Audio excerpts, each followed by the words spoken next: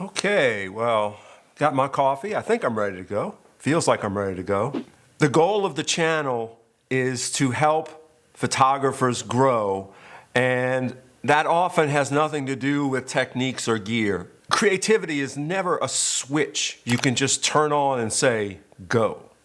Hi, I'm Hayward, and I have 3 tips that I'd like to share with you that I use myself that might help you get past any frustration or creative block, and at the same time, as a benefit, up your photo game. Let's get to it.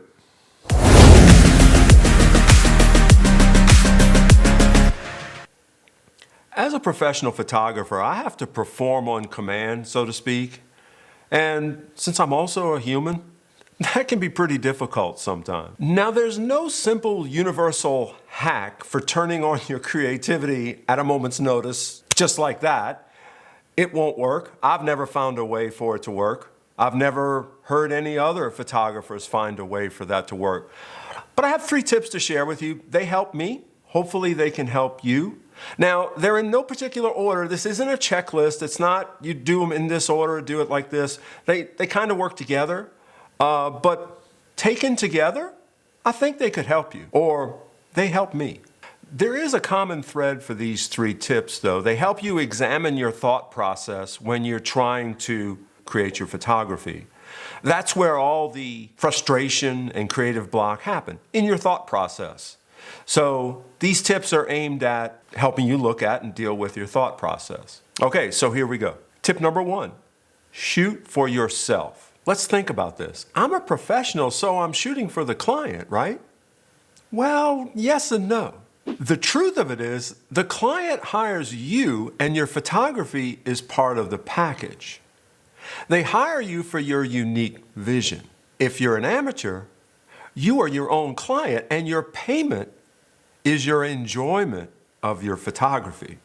If you're not enjoying your photography, you're not getting paid.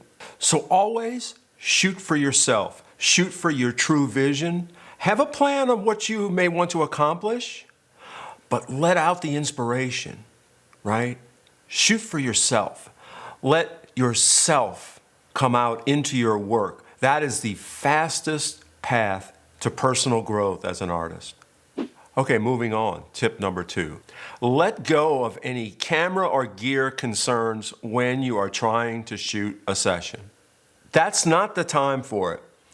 Separate your creative process from your gear acquisition syndrome process. Ideally, they should definitely be done at 2 different times. Dance with the camera that brought you. You can make decisions about getting different gear later. You'll probably find that if you're already ready to shoot, the camera you've got is going to work just fine for this particular session. Well, unless it's broken. Okay, last point, tip number 3. Never compare your work to other photographers you may see online or whatever, but always strive to improve. This is a slippery one, isn't it? How do you set a target for yourself if you don't look at other photographers? What you don't want to do is compare where you are. In other words, you don't want to compare results. They've been doing this for 30 years. You are wherever you are on your journey. I guarantee it won't be on the same spot of your journey as they are on theirs. So comparing the results is always an apples to oranges comparison. It's usually not very helpful. Now, when you break down that photographer's style, or you look at what you like about that, or you look at what you'd like to have in your work, and then you go about doing it or trying to implement that kind of technique, but in your own way, that is the creative use you can benefit from other photographers' work. And you should. You should always study, study, study. It's very important. It is the best way to alleviate frustration and creative block. Even though sometimes it kind of is frustrating, change is a constant, change is painful, but change is growth.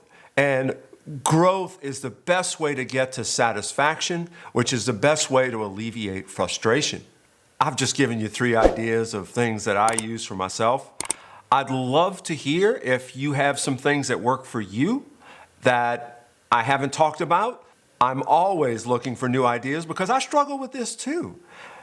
Most especially because I'm a professional, I have to, as I said at the beginning, perform on command. That is not easy. I often envy amateurs. They can do it when they feel creative.